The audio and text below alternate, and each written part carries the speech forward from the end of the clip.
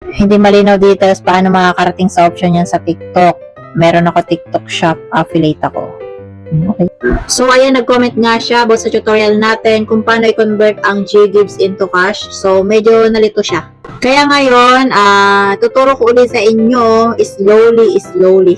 Andito nga ako sa aking TikTok account and then, i-add to cart natin itong items sa sarili nating TikTok shop. Make sure lang na napalitan nyo na yung price. Depende kung magkano ang ibinigay sa inyong GGives credit ni GCash. Okay? So, ayan, na-add to cart na natin. Ngayon, i-check out ko na. Sana naman nasusundan nyo, okay? Medyo mabagal na ang ating pagsasalita.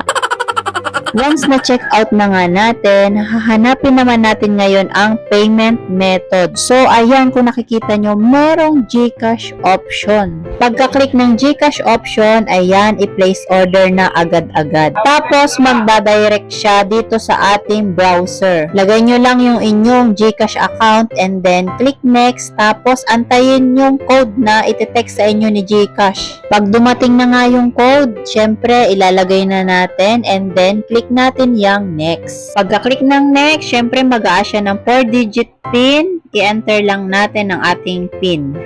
Tapos, ganito na ang lalabas mga ka-Oragons. At dahil nagamit na nga natin yung ating GCash, GGives credit limit, kaya ayan, hindi na siya naka-highlight. Sa nakikita nyo, merong GCash or GGives na option. So, ngayon, syempre, pipiliin niyo yung GGives dahil GGives nga ang ating tutorial. Ano ba kayo?